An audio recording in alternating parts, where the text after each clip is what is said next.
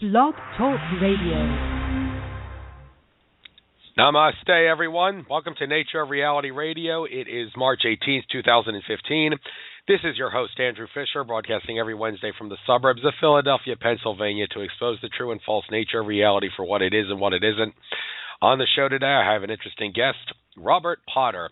First heard about him in that interview he did with Alfred Weber in the not-too-distant past, talking about how we're on a positive timeline and how the Cabal collapse is imminent, knock on wood. I don't want everybody to get a couch potato attitude thinking that we're going to be saved and the Cabal will collapse and humanity will ascend soon, but hey, that's what this is going to be about. Potter is an interesting individual. As I said, from a young age, he has pondered life's great mysteries and has been on a quest to fight for freedom and expand consciousness for humanity since. He has some personal experiences with out-of-body ETs, and personal experience with out-of-body experiences and ET contact, which helped him realize that we are all one infinite consciousness. And he has researched the subject of pyramids and how they have metaphysical powers, which mainstream science conceals. He has a desire to put an end to the Illuminati Cabal's power. It's quite admirable, his desire indeed, and he sees a positive future for humanity in the coming near future. His website is thepromiserevealed.com. He's not in the queue yet. He knows the show is on. I was speaking to him on his phone recently. I will first do the news here, courtesy of Alex Jones and Company at InfoWars. And if I don't see Potter on the queue when I'm done, I'll give him a call on his phone. But first of all, the news. First article, Sugar, the Hidden Menace and Beyond. Americans are consuming a dangerous amount of highly addictive sugar, and I do emphasize highly addictive. It has been found, yes, there is a sugar addiction. Experiments done on rats showed that rats will seem to crave sugar as much as they will crave addictive drugs. And McDonald's has been on the news recently about how they are losing a lot of money and such. And recently, InfoWars reporters did some reporting at the South by Southwest conference about how McDonald's food was totally filled with disgusting things and such, and addictive things. It was found that the same receptors in your brain that heroin addiction, the receptors that get activated in response to heroin, the cravings and addictions and such, are also activated with the food that McDonald's serves. So just goes to show you that food can be addictive, and that goes double for sugar, and Americans are eating a lot of it. So you guys can check that article out if you want. It's on Infowars.com. But anyway, next article, Starbucks race campaign. What they're not telling you. The white guilt trip you didn't ask for. White guilt trip, that's white as in white-skinned. And, I don't have time to look into what this is all about, but are they trying to tell us that we should feel guilty for being white, and if you are against something, you're a racist, even though if you're against something, that thing, it wouldn't make any sense to call them a racist? Well, of course it doesn't make sense. It's not supposed to, because it's a crazy world, But, one of the tactics, call someone a racist or a conspiracy theorist or any of those other things, and now Starbucks seems to be in on this. You guys are welcome to check that out, but doesn't come as too much of an astonishment. I mean, Starbucks was suing someone for, I remember not that long ago, maybe over a decade ago, for using the name Sam Bucks for their coffee, some coffee thing that they were doing, and they claimed it was a copyright infringement. Maybe at Starbucks they didn't seem to get in trouble for taking the name Starbuck, which was some character in some space movie, or was it a space series? I'm not sure. Way back in the day. That's big corporations for you. All right, next article. European Union blames Tunis attack on Islamic State. Neocon Foundation conjures up Arabic tweet as proof ISIS behind attack. Yes, don't have time to get into all the details about what this is about. Don't have time to look into it. But the European Union, they're a stepping stone to the Illuminati's plot for global government, because they want a European Union and an African Union, both of which they have. They also want a North American Union and a Pacific Union. They're not going to get that because we're on a positive timeline. Knock on wood again. But you can bet that the European Union, a lot of people in there think that they're doing good for humanity, but they're all part of a plot, totally compartmentalized and all. And they're, a lot of bad people too that are into the conspiracy, but now they're blaming some sort of a Tunis attack on the Islamic State and a tweet as proof of ISIS. Well, okay, who made that tweet? Who knows? I don't know. Our next article, Border Agent. Patrol punished for reporting large groups of illegals. DHS, Department of Homeland Security, manipulates the statistics to make border look more secure. 2/3 of all illegal crossers get through. Well, when it comes to illegal immigrants, I've often said I'd love to see the day where people could international borders without any government permission and paperwork filing. I'd love to see the day where we could all dock our ships in international ports on the coastlines and such, and not have to go through a process. But you have to understand, in this matrix, not all borders are created equal. A country that borders Mexico, a country like Mexico, which has a lot of gangs and diseases in it, it could be in a lot more trouble than a country that borders Switzerland if you don't have the border secure. And as the common people of the nation that created the government, we have the authority and the right to ask our government to do any sort of a vetting process on anyone or anything that crosses the border. But, the government wants to, it's all Cloward and Piven and all that, to let the illegals come into the country, cross the border without a process, and make sure that they get jobs to screw us over, and we're all going to be saying, they took my job. And, well, I don't think that's going to happen because we're on a positive timeline, knock on wood. Why do I keep saying that? I don't know. I guess it's because that's something that Robert Potter talks a lot about in that interview with Alfred Weber that I watched. But anyway, folks, don't let the illegal immigrants take your job, please. Next article, Turkish diplomat says Western intelligence delivered schoolgirls to ISIS. More evidence intelligence agencies run ISIS recruitment. Yeah, we were realizing the U.S. government runs Al-Qaeda, so they changed the name to ISIS, which for all intents and purposes is the same as Al-Qaeda, and people are waking up to that illusion, and now a Turkish diplomat is saying says that Western intelligence is delivering schoolgirls to ISIS, and yes, way to go, Turkish diplomat, for getting this information out. Hope they don't go after him for exposing this. Next article, leftist media claims if you support Second Amendment, you support rape. What did I just say earlier about how a lot of people are called racist, even though the things they do aren't racist? It's all just a discrediting and a scare tactic. And you support the Second Amendment, you support rape. It doesn't make sense. It's not supposed to. It says here, sub-article, legal concealed carry, more pro-rape than anti-rape, claims anti-gun media. It doesn't make sense. It's not supposed to. If you support Second Amendment, you support rape my ass. All right, next article. Tunisia attack has roots in NATO's destabilization of Libya. The group likely to be behind the siege was hired by U.S. State Department to defend Benghazi consulate. Oh, yes, Benghazi. Hillary Clinton knew about it. What difference does it make, she says. That's a sick reptilian alien. Arizona Wild did tell David Icke, I saw Hillary Clinton before I knew she was Hillary Clinton.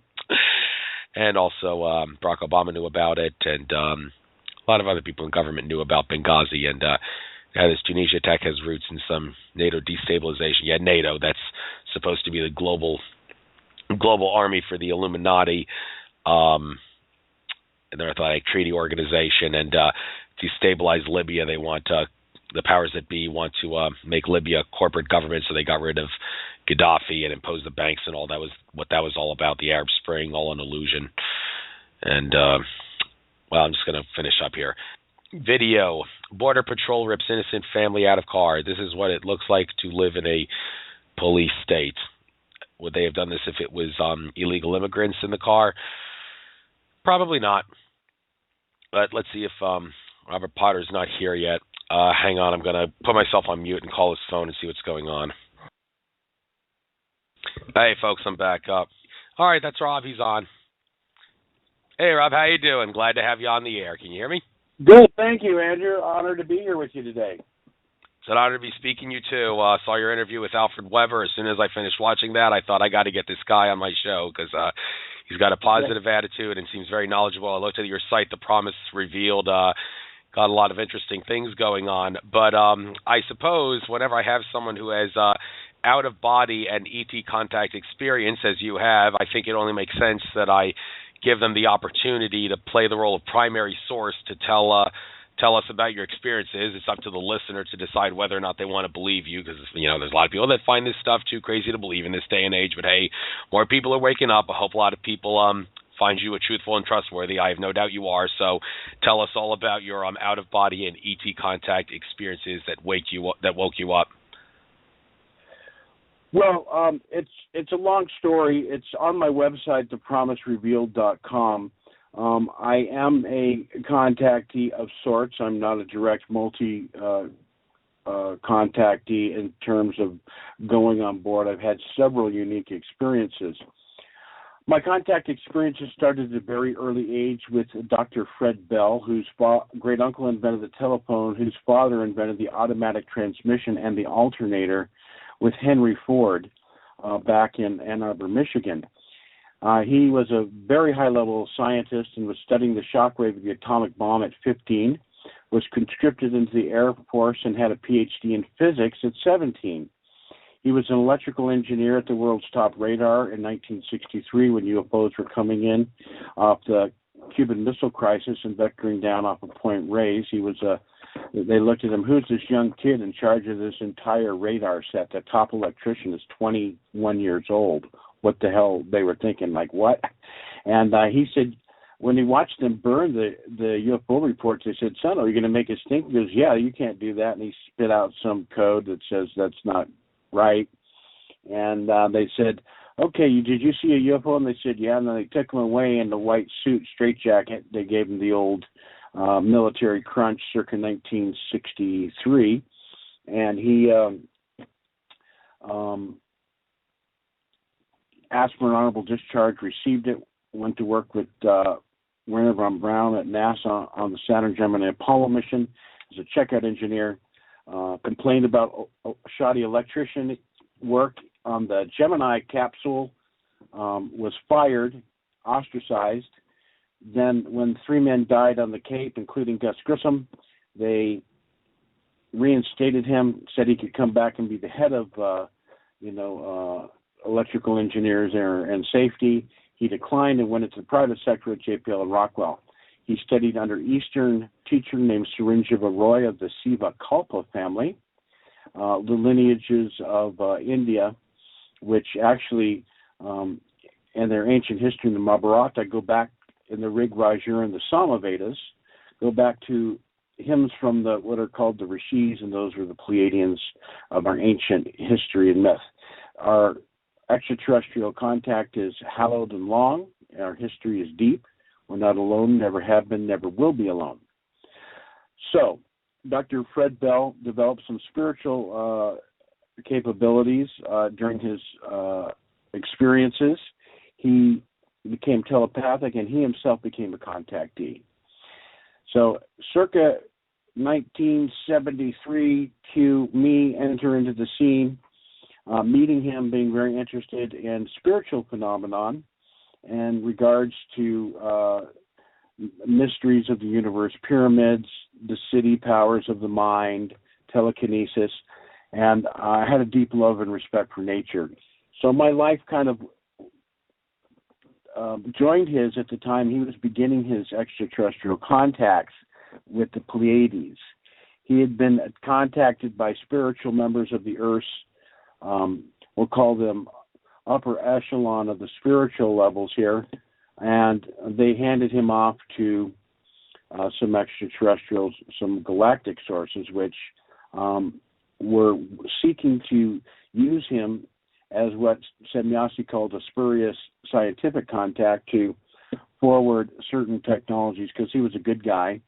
He knew the negativity of the nuclear bomb. He was offered positions in the advanced Cabal-based scientific community and refused them, and chose to instead use his understanding and his mental acumen and spiritual integrity towards creating technologies that would benefit humankind in relationship to what we would call extra-dimensional quantum physics. So I kind of hung out with like a mini Albert Einstein who was getting his teachers from outer space. So my personal experiences involved being around when the energetic contacts would take place with these Pleiadians, and there's a spiritual aspect to this contact experience, which requires a humility and an understanding and a connection to spirit being the word breath, and that's a very long, convoluted story. Long story short, he told me that the Pleiadians, he said, come on up tonight, Rob, and I would basically go into his house. We had a protocol before I even came upstairs. I would take my shoes off, and he called the house like a temple, a vortex, and a lot of people in Asia and Hawaii take their shoes off too. It's not that uncommon. But I would set incense up in four corners, and then I would go through a series of certain practices, and I'll just say that I was taken out of my body repeatedly. I was being given unique visionary experiences. I felt very comfortable out of my body and was receiving lots of information and spiritual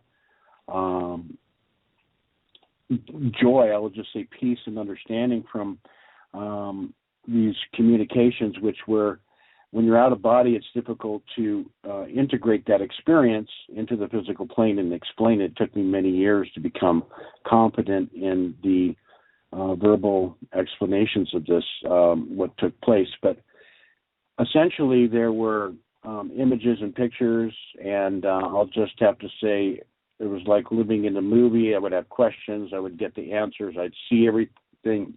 And actually, the guides, I would call them, were never present and visible to me.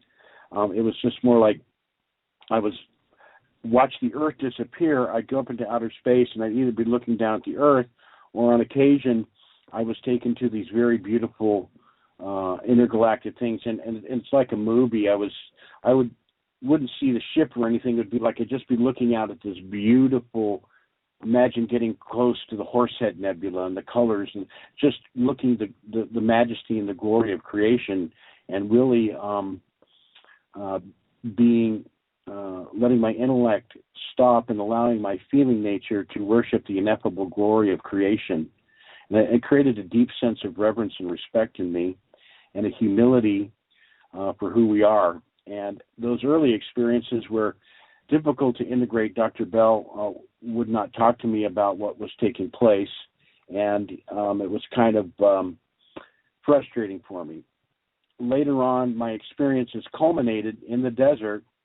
One of my first real bona fide physical experiences was with a member of the Earth's military who worked in the underground joint government gray alien base circa I met him in 78 or 79. And a very famous UFO contactee from the original 50s crew of George Adamski, George Van Tassel, George Hunt Williamson, Richard Miller, Dr. Frank Stranges, Daniel Fry, Winfred Rommel, Hal Wilcox, Truman Bethel, Othello Bellucci. I mean, I don't know. Those old giant rock guys, I probably meant out many I didn't mean to. But those guys from that era, Gabriel Green ran for president. He was a very powerful contactee and was constantly in communication and had multiple physical contacts with different extraterrestrial physical beings. And he was a teacher and a mentor to me in the sense of kind of like a guru almost, because there was an energetic aspect or a spiritual light body activation, as I would call it, which is essentially the calming or the nurturing of your auric field, which is who you are. You're a multidimensional being. You're not just a physical body. You're a spirit soul inhabiting that body, and it's not that your physical body holds the soul. The soul manifests the outer sheath of the physical body. So when we look at where consciousness comes in the body, it comes through an electrical nature, and the aura itself there's an esoteric anatomy related to endocrine glands, which corresponds to chakras and nervous systems. There are various types of nervous systems. There's 3 of them, and these are a part of our body-mind, what I call lower personality vehicle of the human consciousness form, and understanding the science of our consciousness, who we are, where we come from, was very important to me. So part of my experiences were learning to become aware of this aspect of my nature in an experiential sense, so that I could integrate these different experiences I was having. And actually, after many years of contemplation and reflection and repeated experiences, I'm able to give some sort of verbal explanation. But really, the intellect must step aside, and a direct Gnostic knowing sense of feeling nature comes over. Basically, this guy was sent out to me by Gabriel Green. He said, Rob, a teacher is being sent for you by the Ascended Master Hilarion. There was some phenomenon. They put a beam on the phone that I had called on, and this story is I've repeated many times, but basically I went up there. This guy came here. He told a story and presented several informational exchanges to me in regards to certain aspects of the military and the government's extraterrestrial involvement, and his refusal to work with them, and his willingness to go to jail instead of work with them, at which time the Pleiadians literally said, we like the way you think, we're going to help you, and broke him out of jail. And he works kind of like a secret agent for benevolent extraterrestrial forces working against a Nazi, one world order control system, which has been hijacked actually by another group. It's a very complex political situation on the Earth, but at that point in time, we didn't really understand it. But he shared many things, and this culminated in direct physical contact with three witnesses, the military guy, Gabriel Green, and another person named Michael L. Legion, who is another contactee. And from that experience, I never needed to see another flying saucer again. I understood many things were revealed to me at that time, and I wondered where I would go from there. And I tried to share that experience, and I realized that my family, my friends, and no one could really understand it. I myself was barely understanding it, and was felt that it was very interesting and important for us to know that there is a high technology that can be integrated in the natural, organic way and not damage the Earth. Because at that time I felt the Earth, we need to stop technology. I was kind of thinking, hey, living like an Indian is not so bad.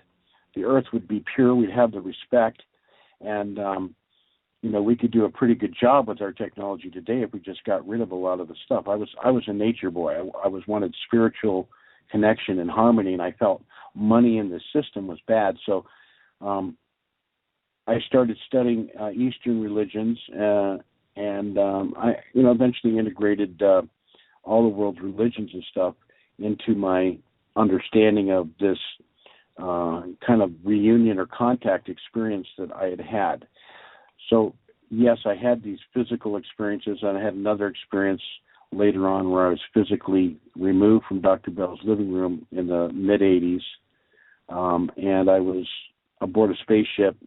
And the next thing I knew, it was 5 a.m, and I was beamed down and next to him, and we were there. And I remembered the whole experience. He congratulated me, and then I lost the experience. And there's something about security in regards to my personal safety was the impression, and that I couldn't remember it all, and this would come later. Now, this was not an abduction. This is not missing time. This is a benevolent, conscious contact and a willingness to serve in acting as a liaison to this process, which I call interplanetary cultural exchange. That's a pretty long answer. I'm sorry. Oh, it's all right. We got to do a 2-hour show. You're welcome to take the floor with your what you got to say. You have a lot to talk about for sure. I want to talk about the power of pyramids. I do seem to remember on an episode of Ancient Aliens, they talked about some guy who did an experiment. I believe he spun a pyramid, and the pyramid pointed to the constellation of Orion, and that does tie into what people like Robert Bouval and also George Cavazos, who I talked about with him in my conversation with him about how the pyramids of Egypt were put on Earth to anchor the male energy of Orion to Earth. And I don't know all the details about that experiment where the guy spun the pyramid and it pointed to Orion, but there's no doubt pyramids do have a lot of power within them. If you meditate within one, it's a lot more effective than if you meditate when you're not in a pyramid. So why don't you tell us everything you know about the power of pyramids? Oh my goodness. Well, let's say first of all, the placement of the pyramids on the Giza Plateau reflect the placement of the stars in Orion there, and there is a relationship of that. I don't know about spinning a pyramid kind of like a tarot or throwing the I Ching. That might have been an interesting thing for one person to experience, but certainly not a repeatable, demonstratable scientific fact. Science and spirituality must be met together, and we need to come to a unity of understanding truth consciousness. And part of this will be the revelation the fact that we're not alone, never have been alone, never will be alone, and we need to have the quarantine removed, which has been kept in place through it's a hostage situation for the people on planet Earth, and that's a very complex subject, and I won't go into that right now. But basically, to understand that we're not alone, never have been. And in the ancient past, the pyramids have been found over the planet. There's something like 700 now, with more and more being discovered every day. They've been hidden from us by those who manipulate and control archaeology and suppress facts of giants, skeletons, alien skulls, and high technology and archaeology. There's a certain story that needs to fit within a certain myth to keep people limited in ignorance, superstition, and fear for manipulation and control, whether it be of their resources and their work or of their energetic bodies on one level. So the pyramids are known throughout the universe because on the physical plane, do you know what the 4 building blocks of the physical plane are, Andrew? The four building blocks. The 4 basic atoms that create everything. Oh, carbon, hydrogen, oxygen, and nitrogen, right? All right, that is correct. So For now let's go into our some of our myths. What would oxygen represent? What would oxygen represent? Like air. Air. Well, right? I mean, that's what we need to survive. I mean, when you consider what death is, it's the unavoidable result of an oxygen-deprived brain. I don't know if that helps figure out what oxygen represents, but I was thinking like air, water, earth, fire. Yeah, those 4 elements. Right. Nitrogen is fire, hydrogen is water, oxygen is air. Carbon atom is the earth element. And when looked at under a electron microscope, the orbital patterns, because it's interesting, everyone thinks that everything moves in a certain orbit, an elliptical orbit in on one plane, but things are moving around the Earth, and the planets are moving in different ways, and so do atoms and electrons.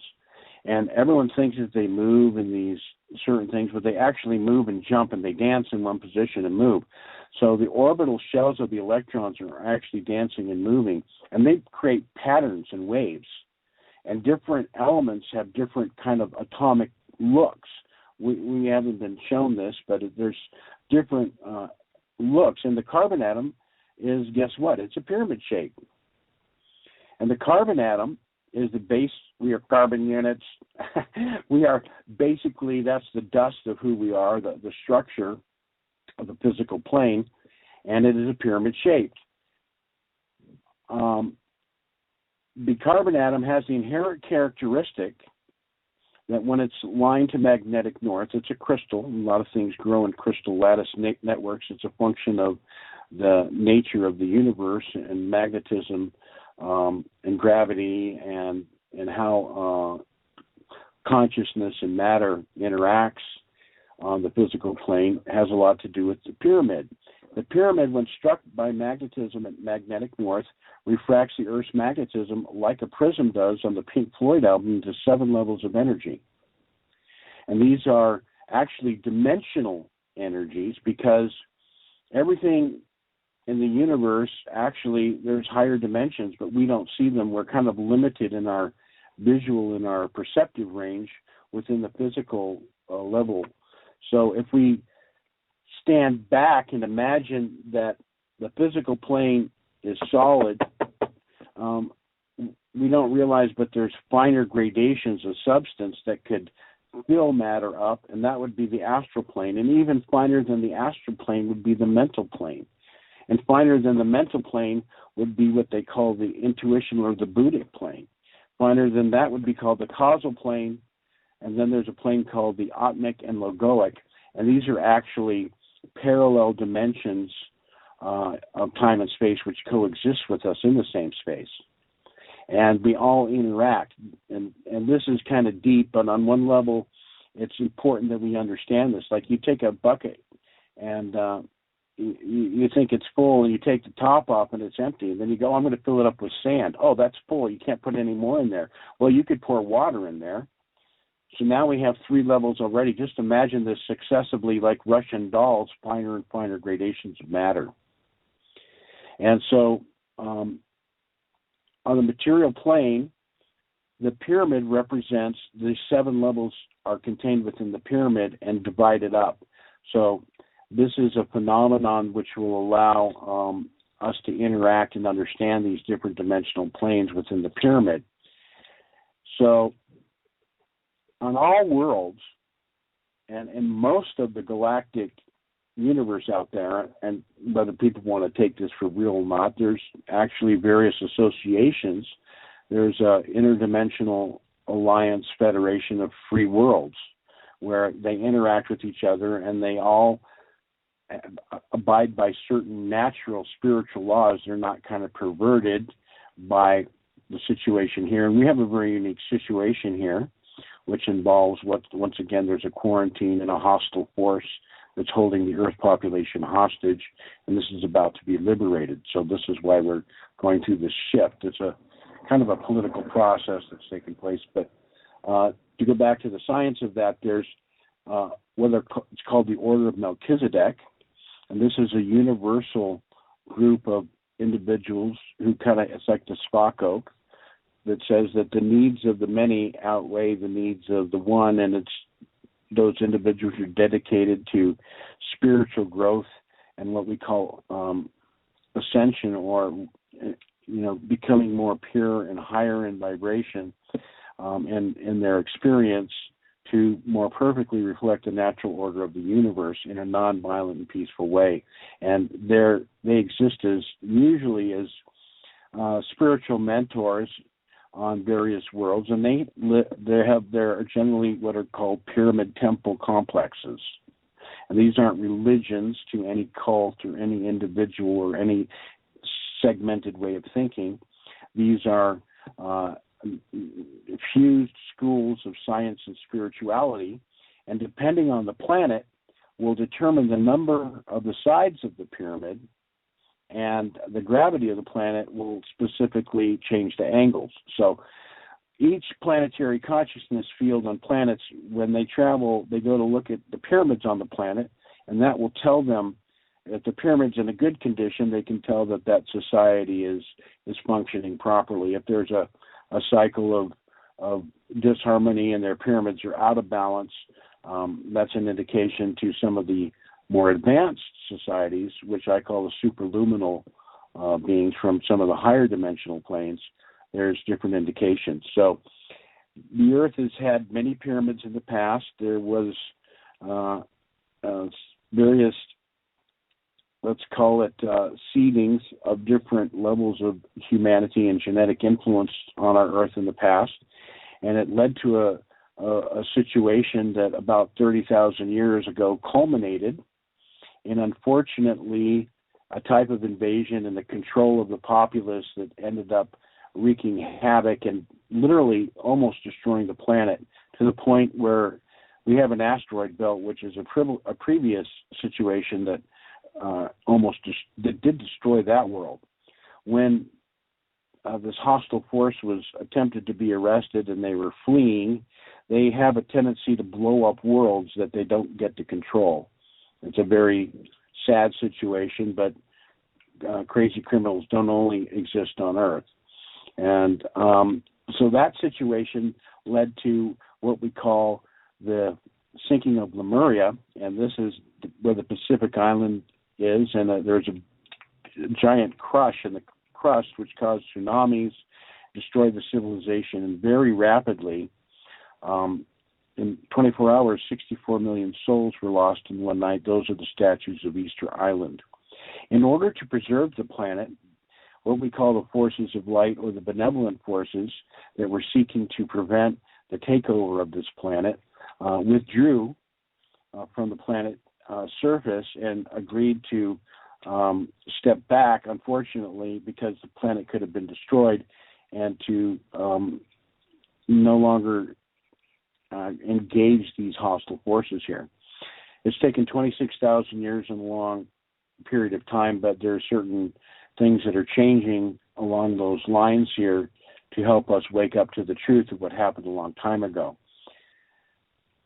But these pyramids that were around the Earth were part of a network of an advanced wireless scalar wave technology that worked on natural principles that provided a power source for the entire planet.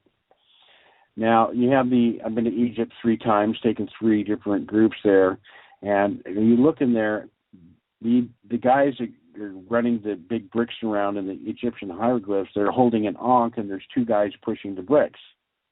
Because it's an anti-gravity device that was tuned in, and they were able to lift the things up to make things weightless.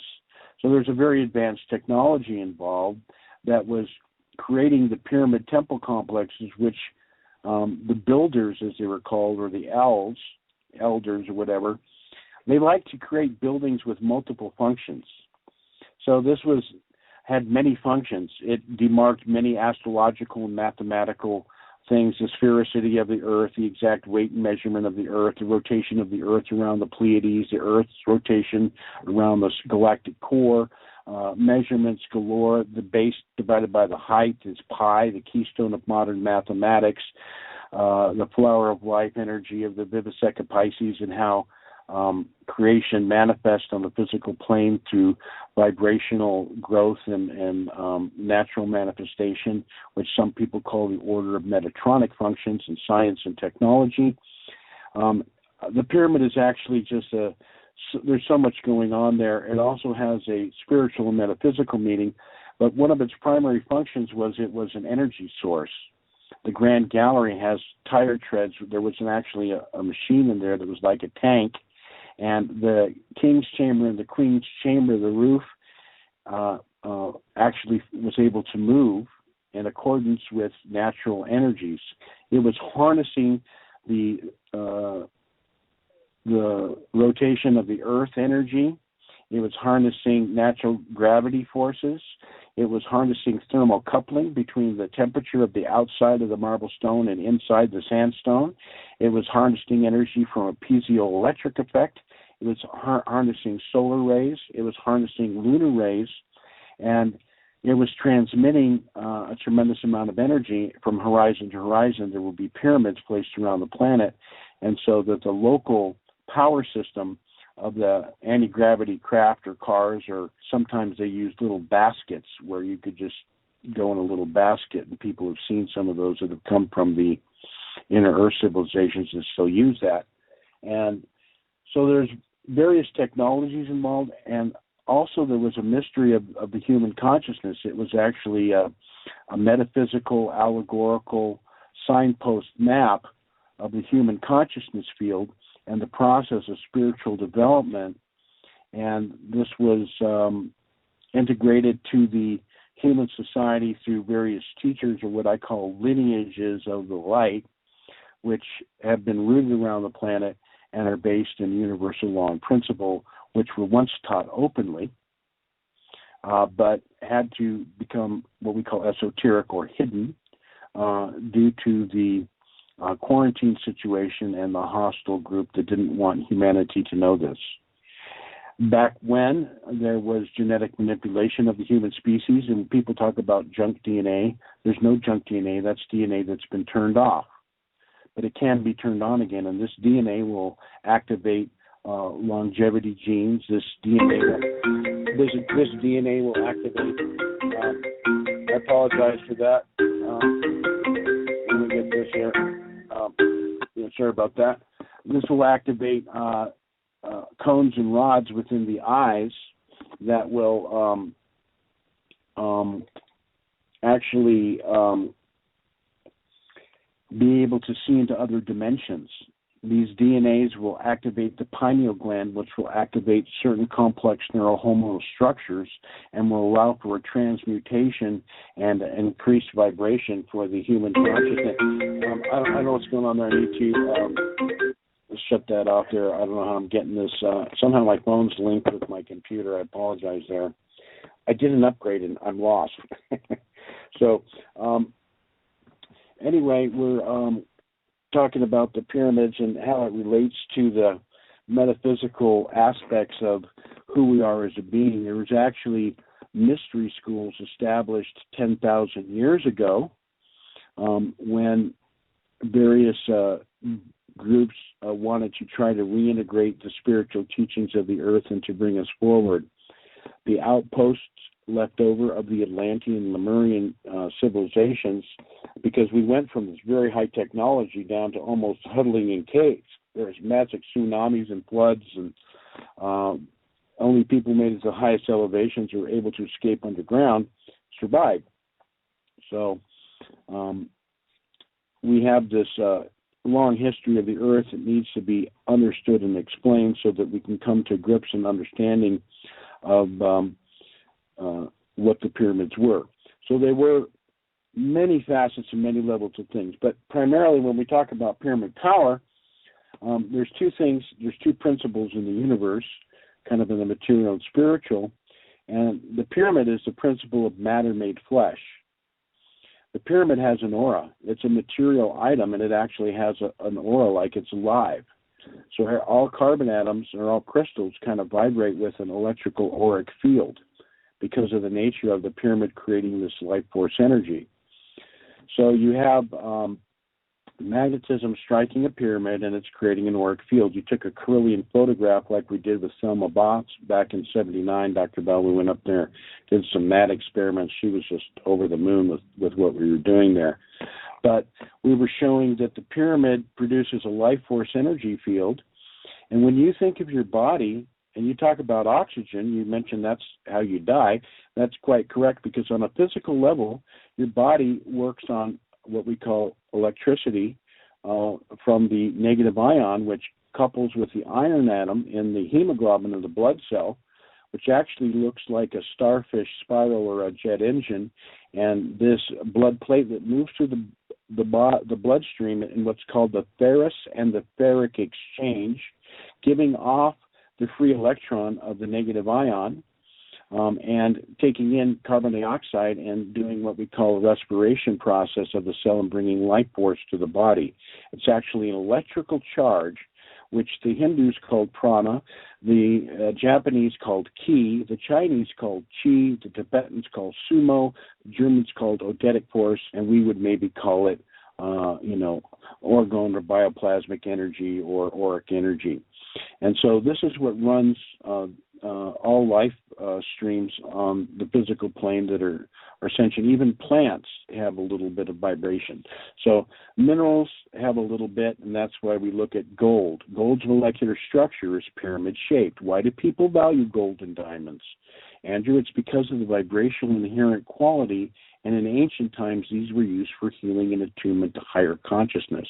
That is the value of gold and jewelry. It has been thwarted, misused in a world debt slavery system that hoards the gold in vaults, keeps it away from people, and it's used as coveted. Its power. Diamonds are used for arrogance and for snobbery and to show off and to exclaim a superiority of personality by supposedly accumulation of material wealth. So we have been quite thwarted and misled. The ancient Mayans, who were part of the 10,000 year ago attempt, King Atlan, the remnants of Atlantis, sent his daughter, Queen Maya, in spaceships to South America, where they contacted the natives who had survived down there, were in a culture, and raised them to a very high level. And there was ongoing interplanetary cultural exchange with spaceships landing on top of these pyramids. In fact, they have spaceships shaped like pyramids that will, once again, return here, and they will go on various points of the earth. This will happen. It's happened before, and it happens everywhere. It's nothing new. It's kind of like, hey, a new shipping lane's open. Welcome. There's a new island. That kind of thing. So it's a normal universal thing that's going to take place. So Quetzalcoatl had red hair, and when Cortez landed and said, "Where's your gold?" they thought, "Oh my God, the return of Quetzalcoatl." Or I think that was, Quetzalcoatl. He wants gold. That means we're going to do some healing in the temples. How wonderful. You go to Thailand, all the temples were gold. Egypt, the temples were gold. Even in the Catholic Church and various things, gold is considered a high vibration. But they got all the gold for him, and finally he killed them and said, "Where's the gold?" They hid all the rest, and they wised up, but they wanted to take it in greed, but the Indians freely gave it, the natives down there, because they thought it was going to be used for spiritual purposes. So pyramid is gold-shaped. I've talked about how the heme chain in the bloodstream, actually in the hemoglobin, is 2 iron atoms, which is that shape. People think about the purifying element of copper when worn on the skin draws out poisons from the blood, and you get like a green stain there. That's because the copper molecule looks like a black widow spider with 2 pyramids point to point. The gold or a diamond is actually, in its pure state, is 2 pyramids base to base. So the pyramid provides, a scientist will take a pyramid and go and look for a negative ion, which is the electron effect. But in reality, the pyramid is producing the negative, they're looking for the actual negative ion, but in reality, the pyramid produces a negative ion effect. Pyramid, let's break it down. Pyra, middle. Fire in the middle. In the Bible, Isaiah 19, in the midst of the land of the Egypt, in the border thereof, there lies an altar to the Lord. And this is the Great Pyramid, which does have a spiritual function and is recognized as a universal shape that provides a life force energy field. That when you put a line and put over north, and you don't want to make one out of aluminum or plastic, because these produce positive ions and are inharmonious to the body. But when a pyramid is shaped at about 52 degrees, the perfect angle for the pyramid on the earth with our gravity, it provides a very balanced, stable energy field, which when you imagine an apple that comes off a tree and falls to the ground, it loses its life force, its connection to life force, the electricity is from the earth in the process of the tree. When it goes down, it decays. So by putting an apple underneath a pyramid, electrons are not really changed. It's actually what's happening is the ultimate physical atom, or these subplanes that you can't see that I mentioned, actually impregnate the life force or the prana into the apple, and the outside of the apple, where it's touching the ground, will saying stop, but eventually the orange of the apple will become solidified on the outside and mummify. It has a natural dehydrating effect and will create electrons so that it will, eventually it will become very hard. They actually found corn kernels in the pyramid that sprouted after 25,000 years, carbon dated. So the life force sustaining principle of the pyramid is a longevity tool and a secret to the nature of consciousness and life. So it provides what we call the living flame, or the living logos word of creation is manifest within the energy of the pyramid in a perfectly balanced way. So we're just beginning to awaken to these ancient sciences and the understanding of shape energy and how these vibrational energies affect us. And a lot of this is in a quantum field of physics, which has been suppressed. The government has at the higher elements of control and manipulation of what I call the hostile force, is utilizing this for their own benefit at our detriment. And we ride around and stick in, hours and hours in traffic and gas-fueled cars, and wars are created over oil, and the government's running around on super speed trains that go 1,500 miles an hour, and that technology is suppressed and come from us under national security, which is really just a horrible oligarchy of criminals lying. So how do we bring out this pyramid energy, and how can it benefit us? Well, we have the auric energy of the pyramid that can be used to enhance and balance our life stream consciousness. If you actually sit in a pyramid, it acts as a Faraday cage and protects from outside radiation, from nuclear radiation and from the sun's solar radiation and ultraviolets. The pyramid also, when you go to sleep at night, if you sleep in a pyramid, what happens is your electrical body, your astral body, raises out of your physical body and recharges to what's called the anima mundi, or the Earth's gravity. So it's good to sleep with your head pointing to the north. It makes your sleeping to become better. So the pyramid will recharge you in a balanced way, because everyone knows that when you're going to sleep and you jerk, that's your astral body coming back in. That's generally electrical interference from a cell phone tower. A CB radio or a taxi could be broadcasting and sending a electrical shock, and your electrical body seeks to find shelter back into the physical body until you're in a deeper delta sleep, where you're kind of in a dream state. So it has many processes of protection and balance, and it can also be used over foods to help them recharge their aura. A lot of the foods that we eat do not have a strong aura content, because when you eat foods, you extract the aura. It may look pretty, it may look big, but if it's Monsanto insecticide, pesticide, grown in the same soil that's leached all the nutrient and vitamins out of there, you put it underneath an aura, and even the less perfect tomato that you find grown by your neighbor is going to have an auric field way bigger than your food irradiated.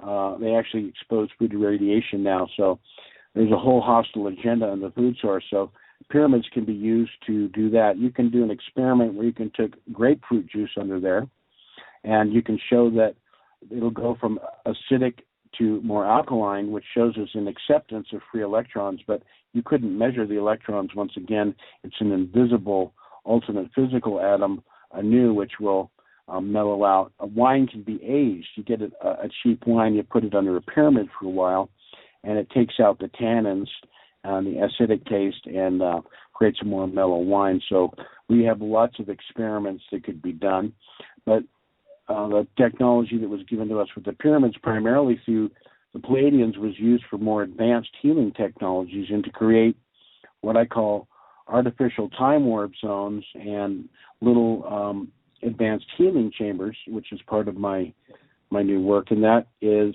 to continue on with Dr. Bell and Semyasi's technology legacy, and to utilize various pyramidal shapes in conjunction with crystals, lasers, Nikola Tesla, what they're called violet flame technology, and creating scalar wave fields which will naturally harmonize and balance and purify the environment through sound, light, and color.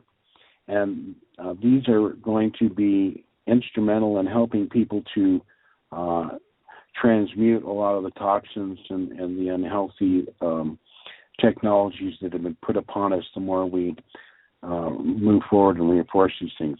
So the pyramid is a powerful use. Under my website, thepromiserevealed.com. Under products, you can see the information and stuff that I'm sharing. Nature produces the negative ions through water meeting air, thunderstorms, and plants. That's where the nature's oxygen exchange. Ours is in the blood and the hemoglobin. In nature, it's in plants, thunderstorms, and water meeting air. So that's why air is always nice down the seashore. And all of the pollution that we put in the air, actually, negative ions are natural purifiers. So you heard of negative ion machines. What they do is, imagine there's a particle of poison in the air. The negative ion goes and grabs it, and then they go to the ground. So it purifies the air constantly. But we put so much pollution in the air that we've actually depleted our negative ions. So our electrical life force field in our atmosphere is not very good.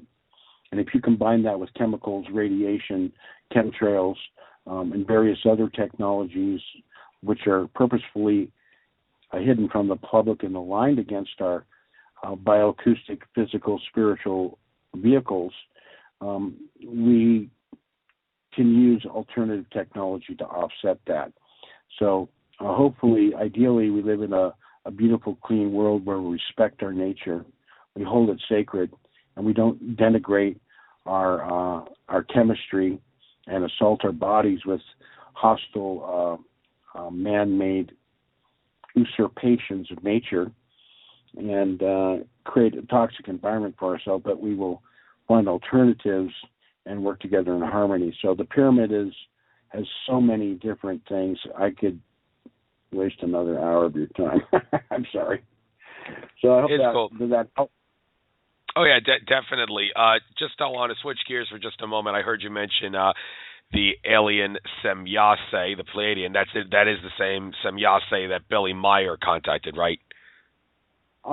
Yes, my understanding is that is correct. Okay. Just what's her mission in particular? I mean, the fact that two different ET contactees claim contact by an alien of the same name, I guess that gives it all the more credibility that that she does exist. Semyase does. But just for the hell of it, might as well tell us what is it in particular that her mission is. I don't really know her mission. We'd have to ask her specifically. The way I was understood it is that a long time ago, and in the not so distant future, maybe 30,000 years ago, there were different extraterrestrial groups that were interacting and having different agendas with different groups, and it wasn't always so perfect and benevolent. There was levels of understanding and growth and relationship, and I don't know whether Semyase or was, but there were definitely Pleiadians, Andromedans, and other groups from different areas, the Vegan star system and other areas that were part of, I guess you'd call it a more aggressive agenda, and were not really following the highest levels of principles of integrity and respect that was considered proper. And so basically the planet has been under a very extreme type of quarantine, and one of the missions is to break the quarantine. And this includes not only the local people from Venus, Mars, Saturn, the local inhabitants of our solar system, physical and other dimensional in the parallel planes that I mentioned, but also physical beings from other areas. So the Pleiadians is a planet that has a large number of we'll call it kindred ties, genetically and historically, to the Earth's genetic racial phenotype. And they've been here in the past, and some of our problems may have been caused by some of their descendants, and our ancestors are involved in that too. So the exact complexities of this mission would be revealed in the future. I think one of her first primary missions was to bust open the lies of the suppression of the fact that extraterrestrials are here, and allowing repeated physical contacts with an individual under very powerfully orchestrated securities that allowed him to maintain his life and to present a certain level of evidence to the general public that would eventually filter through. Now, Billy Meyer's reflections and what's going on there is still a bit confusing to me. There's whether what Billy Meyer says is exactly what he said, or some of his writings have been changed. He's kind of reclusive. Dr. Bell said he hasn't had contact for some time, and there's a purpose and reason behind that. And certain things, he certainly seems to have been misled. He was told he's the only contact, no one else was having contact. And in Wendell Stevens, his primary investigator, who is a brilliant man, who I love very much, who had tremendous knowledge and wrote probably the world's #1 UFO investigator, as ordained by the Galactic Federation. He was chosen to disseminate a lot of information. Even he said, when Billy Meyer said, this person's not real, and they said, you're the only contact at the end, it was like, he said, well, it reminds me of the Shakespearean play, me thinkest thou dost think is too much. So when we get into the personalities of the individuals in the movement who've been contacted and taken out of humanity, it's a unique experience, and each one has their own interaction and relationship. And clearly there is a lot of confusion, and I don't know, I've never met him. I haven't talked to him. My feeling is that he's had real experiences. I know I've had real experiences. I know many others that I have faith have had real experiences. And I think that this will be cleared up in the near future. I think that's what's taking place now, is for us to understand these missions. But Semyase, I think she must be, it's 30. So she's 380 Earth years old. And generally speaking, on other planets, they can live thousands of years, and they look like they're in their late 20s and early 30s into the last 50 years of life, and then they age. That may not be true across the board for all races, but I'm pretty understand that they have very advanced technology, and that for them, life and death isn't a mystery. They have interdimensional contact with the various planes, and various souls in other dimensions, when they pass, can still have communication. It's not a mystery and a quarantine here that's manipulated and controlled and things like that. It's more like an open process of ascension. The understanding of gathering experience throughout as a soul is understood, so that a soul actually is eternal, and you are like a spirit spark, and you have eternity to learn and to grow into various aspects and dimensions of life and creation. And all of these things are simply intellectual descriptions, and I can't possibly contain the essence of the truth of these, and I'm not the be-all, end-all source of this. I have a certain level of ability to, I guess, I'm pretty good at giving people a map of what's out there and what's going on. And, I definitely see the map is headed in one direction, and I want to say, look, here's the map. Let's use this map and go in another direction if it resonates to you. People say, I don't believe it. It's okay. I'm not selling it. There's nothing to buy. They go, I don't buy it. I'm not selling it. It's just my experience, my description, and there's many others out there. But the essence of all of the teachings, Semyasi was extremely powerful. I mean, I would have telepathic communications with her through Fred. I would ask questions and stuff. And those were the days, God rest his soul. He passed away after an interview with Jesse Ventura. But there was some really good information that was coming there. For instance, she said, the quartz crystal is the perfect synthesis of spirit and matter in zero time. So we started utilizing crystals. Part of their ships run on a rare element liquid, utilizing crystals in a radiant form. Their spaceships are interstellar conversion process technologies that we can't even be, use right now, because our government and different groups have different technologies that work on these various universal principles, but they travel beyond the speed of light, because what we understand of physics doesn't apply in the higher planes. So this interdimensional physics is just starting to break out. People are grasping it on the highest levels of our Earth, but when they do, they're either taken into a secret society, or they're bribed, or they're murdered, or threatened, or they're bought out, their technologies, and shelved. So we're not really reaping the benefits of this very simple understanding of principles of magnetism and gravity. And once the truth is out, these free energy devices and all this is very simple. And it's not so complex. It doesn't take a lot of parts, and it's not a dangerous fusion reactor. So Semyasi was an extraterrestrial from the Pleiades, working in concert with the Solar Council and various interdimensional councils of multidimensional beings, in trying to heal the rift in the time-space continuum caused by let's just call them principalities and powers that are affecting multiple life streams on the material and non-material realms, and we're basically ignorant to it. So it's breaking of the quarantine was one of her missions. I haven't heard too much from her. I've talked to people in secret space programs that have indicated that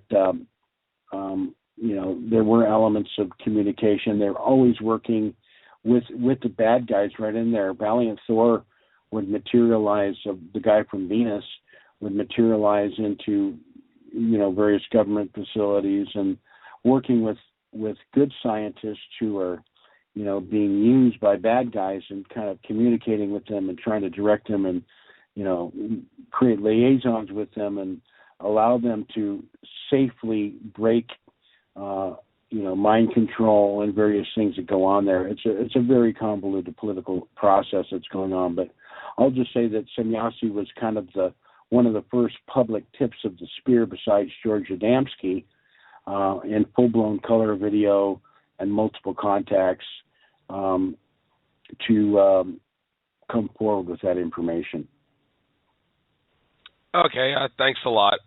Let's talk a little bit about Earth's past right now, because I heard you mention Atlantis and Lemuria. There's a little bit of confusion about this. Some people, like Michael Sarian, assert that Atlantis and Lemuria existed at the same time, but other people have talked about how Lemuria, I guess, started around 900,000 years ago. And it's interesting to note that some people say that the Archon control system, it has been on the Earth for 900,000 years, and the people controlling the Archon control system are what are known as the 15 beings, and they've actually been reduced to 8 because the others underwent service to self ascension. Well, this is according to Andrew Bartz, as Akashic Records reader and a very frequent source of info on my show. I use him as. But the idea is that Lemuria, it wasn't a perfect society, neither was Atlantis, as evidenced by the fact that the Archon control system did exist during the time that they... Go back, Atlantis and Lemuria were what? Well, it's been debated that Atlantis and Lemuria...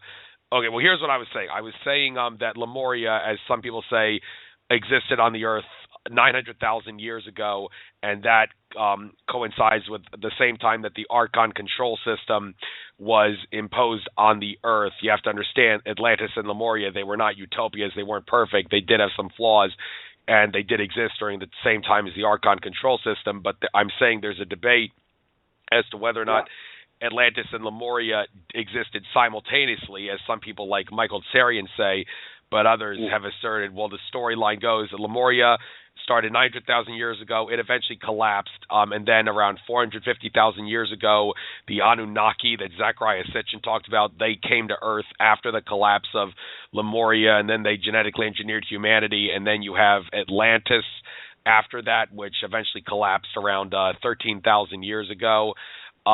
So can you perhaps clear up all the confusion behind when Atlantis, Lemuria existed? Were they around at the same time? And if they weren't, then why do some people believe that? Well, there obviously were various rises and falls of civilizations for millions of years here. This planet, you look 900,000 years for a civilization to exist on a planet is not that long of a time in galactic terms. In the supercultures, they have millions of years of history where, they're beings of 30 and 40,000 years in one body. Some of them can grow to extreme heights. I mean, it's really out there. I think I would say is let's not obsess too much about the details and try to get it right. I know Andrew. I think he's a beautiful soul, and he's a great guy. I'm not sure exactly his information, how it comes from. I do have issues with certain elements. I don't want to go on, tit for tat on descriptions. I know he's intended well, but I don't know, the Akashic records and where things come from. I think a lot of stuff is just coming.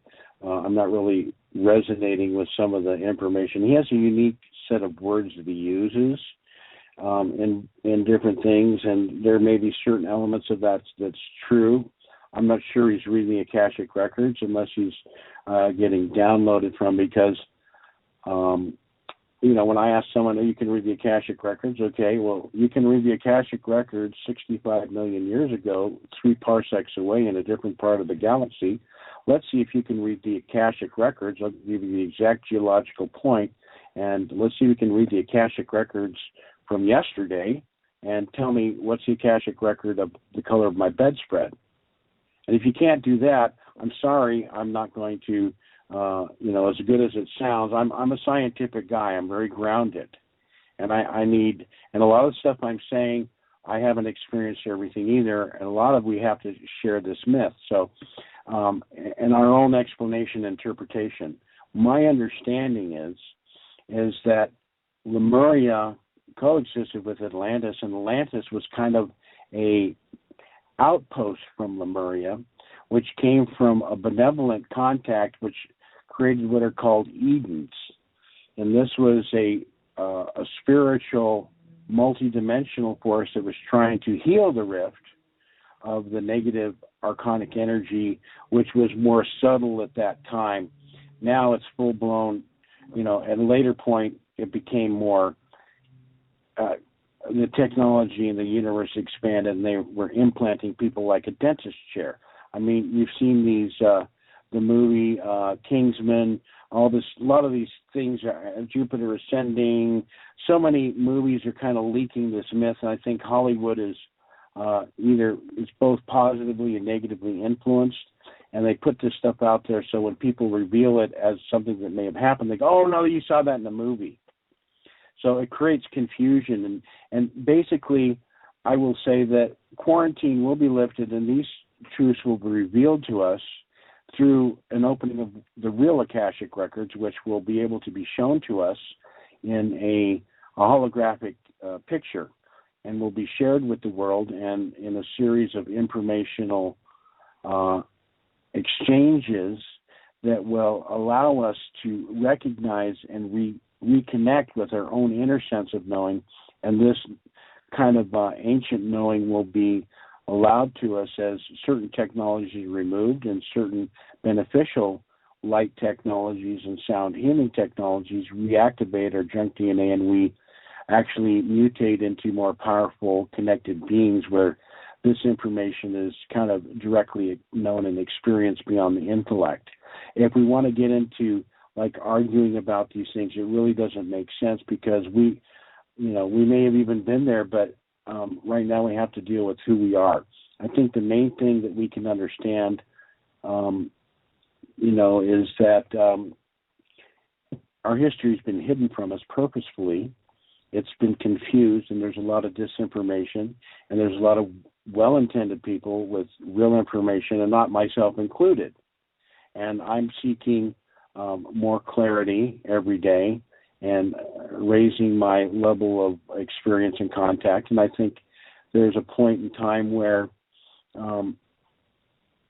I know individuals who've able to see these things. A friend of mine, Dr. Frank Stranges, would go on the Venusian ship Victor 1 of Commander Valiant Thor several times a year, anytime he wanted, and he could watch what are called history coins. He kind of was a pastor. He was into the Bible and Christ, whom he met, who has never left the scene, kind of an ascended master type thing. And he sat there with Commander Valiant Thor on his right, Commander Teal on his left, and Jesus behind him in the history room. He goes, Frank, I want you to look at this. And he put the history coin into the Last Supper. And there were only 5 disciples there, and 300 of them were women. There were 300 women in the apostolic corps there. So there's a lot of myths and lies. The life of Yeshua, or they called him Master, is real. The life of Krishna was real, and Buddha, Muhammad. These are all highly developed spiritual beings who are having contact, generally speaking, with benevolent spiritual forces. They were strongly influencing their communities into right relationship with nature and source. However, their teachings become manipulated, controlled, falsified structures, cults, ceremonies, rituals. The whole thing gets hoodwinked and blocked, and next thing you know, people are, trying to fit their round souls into a square hole, and it's just confusion. So my feeling is let's not worry about it too much. If I'm going to put my 2 cents in, I'm going to go with the teachings of Norm Paulson, who was Yogananda's disciple.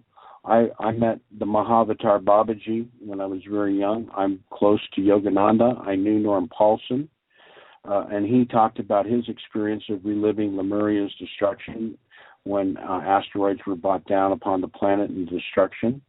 I've heard the story of Sharula ducks, and people, I recommend you go to YouTube and look up Telos Sharula ducks, Sharula ducks, DUX. And she has a 12-part, she describes her life in the inner cities of Telos and the history of the earth. I follow the teachings of Omnek, and they who came from the astral plane of Venus, and talks about the history of the Earth and where we come from. Dr. Frank Strange spoke of what is called the land of Quello, and there are many historical and archaeological evidences which will be brought forth, and for us to focus on any one particular group, like the Anukai, big talk about the Anukai. Those records are taken from ancient records and older records, and who knows? I mean, obviously we've been messed with. There have been not the highest open contact, and the fact that we have been manipulated and controlled is disconcerting. And to understand that process of what I call the veil, or the ongoing electrical fence that exists for the humanity within our surface population and the limited perception awareness range that we exist in, it's a large body of information that's very complex. And the important thing that we must hold here is a space for forgiveness and unconditional love for our fellow man in the situation, and to understand that in many instances there are forces and influences that are affecting us that are beyond our awareness and control, and which are negatively influencing us. And it's a very important thing that people recognize the spirit of truth and their own soul consciousness, and know that the presence, the living word of God lives within them, and that through their adherence to knowing the truth and a strong practicing of this presence through whatever techniques and technologies of various lineages of light, that come from, Tibet or India or ancient America. Every different shaman or native group has roots within this ancient knowing, and it's coming forward and it's being reborn. And it doesn't have to be done in a Hare Krishna uniform or a Native American corn ceremony. It has to do with the essence of the teaching, which is a direct knowing. And there is something called Nada Shringa, which is a sound current that runs through all creation, or the music of the spheres. And this is where each soul can, on its own, through attunement to the inner sound current, connect themselves. And we have a pineal gland that if we focus our attention in the Alta Major Center, and this technique, you could say the word "you," that sound resonates only in the head cavity and activates the thyroid, pituitary, and pineal gland, which is known as the Alta Major Center, or the higher aspect of the human light field. They all need to be balanced and integrated. The heart is the thymus gland, and that's the Om. Each endocrine gland has a sound and a frequency. And so we need to, within ourselves, realize ourselves as a sepentary being of electromagnetic energy that's functioning in a human form, and to actually become light warriors and awareing this and going through initiations of meditation, contemplation, and concentration with a devotional intent and a nonviolent, peaceful desire to know the truth. And these things will be revealed to us on the inner planes. And explaining this to other people in the details is not always super important. We all want to know the answers, but those answers always create 100 more questions. And knowledge is an endless ladder. We must fuse our feelings and our thoughts into an awareness process of being and slipping into this, and that's entering. One of the techniques is called entering the silence. Yeah, thanks a lot. By the way, just so you know, one thing I do like to do on this show is anytime I can identify people in similar areas of research making contradictory statements. I always like to raise awareness about it. I feel that that's a critical way to identify the true nature of reality. But hey, if you don't really want to get into too much of a debate, that's fine. I do have other things I don't really, to be honest, I don't know. I've heard stories that resonate with me, and the ones that I trust say that Lemuria existed, and Atlantis was an outpost. There was a contact made from what we call Adam and Eve, there's the spiritual forces in the higher dimensions. If one reads the Urantia book, there's Trinity sons, there's magisterial sons, there's ministerial sons, there's different dimensional beings have been trying to heal us on multidimensional levels to bring about truth and reestablish the angelic realms and the balanced healing here, but there's been various aspects. Alex Collier talked about what are called Edens. This is a universal technology. If I want to go to, Venus does have some oxygen there. It's different than here. We've been lied to about. People go, oh, well, the instruments say instruments don't lie. No, but the people in control of the instruments can lie what the instruments told them. So there's oxygen on the moon. Howard Mentor told me it's really hot there, 130 degrees. There's grass on the other side. There's water. There's all kinds of stuff. And that's just the name of the game until we get accountability and can get the arrest of these unholy beings and remove them from their positions here and take responsibility in a peaceful, lawful, nonviolent way. And declare our own sovereignty, and then decide who we're going to work with and deal with, and as a planet, interface with various groups and come into a more purposeful, balanced way of life. So I know that these things are coming. There's nothing going to stop it. And there's nothing going to destroy this planet. There are millions of worlds involved and millions more beings and spaceships that are going to see that this is done in a proper way.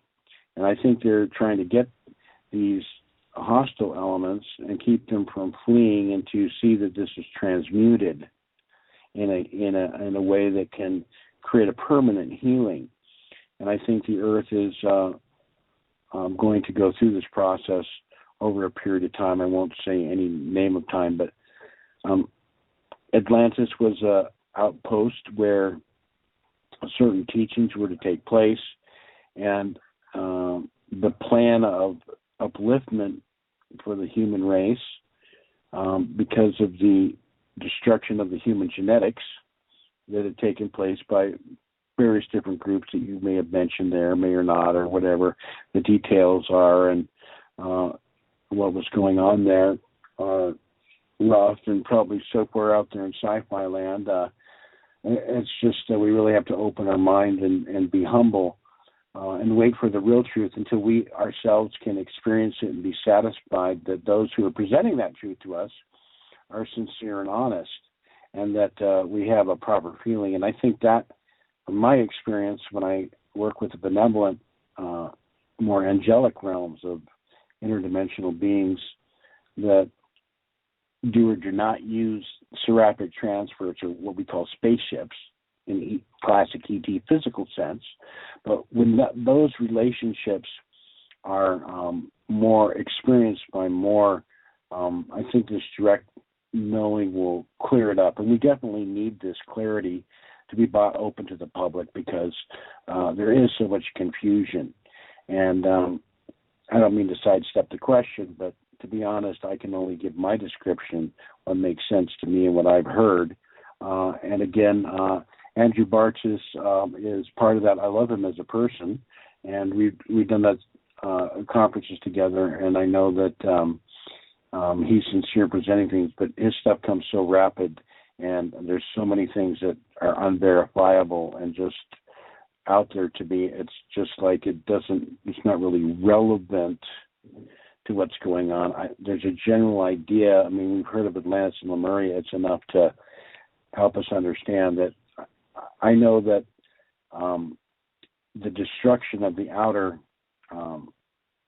the flood situation that took place here when the ice broke, and there's ice crystals in our atmosphere that were protecting us from ultraviolet rays and stuff, and so the civilizations decided to go underground. And in most worlds, most civilizations live on the interior, and the outside is always kept in. It's like a park; you don't touch it. Pack it in, pack it out. When you go to the surface, they leave it as a garden. They don't always. So there's a light surface population. Most of them live inside, and most of the worlds, if you can imagine a piece of sun spinning off there, and you have all these planets, and these little drops of the sun are out there spinning, and after billions of years, they're spinning and spinning, and they solidify and become a planet, like a little drop of magma or whatever, becomes its own planet. It hollows out like a geode. So that's a kind of a natural phenomenon that takes place on a lot of worlds. It's not uniform or universal, but so a lot of life develops on the interior of the planet. So that's kind of something that's new here. But there was an exodus to the interior of the planet to protect them from the radiation and from the hostile forces that had implanted the surface and was utilizing a very advanced non-physical scalar field network to suppress the biological consciousness on the surface. So to protect themselves and to create sanctuaries from these hostile forces, they went inside the earth, and there were what are called Ra's at that time, the various temples, pyramids that were existing in Lemuria and Atlantis and various places on the earth, and various outposts of these civilizations. You can read about them in the Urantia book or some of the ancient biblical scriptures or the Book of Mormon. Actually, Joseph Smith had some of that history of the Atlantean influence from Queen Maya in Central America and all that stuff. It's little pieces of the puzzle that will have to be brought together in the future for us to get an absolute clear, undeniable truth and of who was doing what. I mean, everyone's going to have an opinion about what that was, but I think we'll get a pretty clear picture. And for those who really want to get into it, you can, as I said, they will be available for Humanity History coins. You'll be able to see it, but they take place in real time. It's not like an overview. You're going to have to fast forward and figure it out. Because I said, Dr. Frank, I said, what's it like? And he goes, well, it's like in real time. So, you're sitting there at the Last Supper, and they're making dinner, and Jesus over here. It's not like it's not like a movie where you get the highlight reel of all the stuff that you thought happened. But there were only 5 disciples at the Last Supper, and most of the Jewish authorities actually were hoping Jesus would kick the Romans out. So it wasn't really that much orchestrated by the Sanhedrin. They were forced to play along. It was actually more of a Roman thing. So the hiding of the Bible of saying, Pilate and Rome wasn't involved is not really true. Also, Judas wasn't like a betrayer. He was drunk a little bit, and they said, where's your master? And he goes, well, here he is. He's over there, and they gave him some money for it, which he took, but he killed himself because he didn't know that that's what was happening. And those guys weren't picking up on what he was trying to tell them. In the Bible, he kind of hinted to them. You get the idea. He was letting them know what was coming, but they didn't really get it. In fact, the disciples themselves, they didn't understand he was treating women equally. He had an apostolic core of women, which he was trying to constantly tell them, but their own limited perception and prejudice of the time, even his own disciples couldn't grasp that. So there's lots of myths and things that will be cleared up in regards to the various teachers that have been here and come here. And I think that's something that's going to be very exciting for humanity to come forward. In the meantime, turn on your television, take your vaccination, drink your fluoridated water, and stay tuned. People need to change their actions and take responsibility and find out for themselves what resonates for them within. And the planet will be dragged into a peaceful state, kicking and screaming if it must be.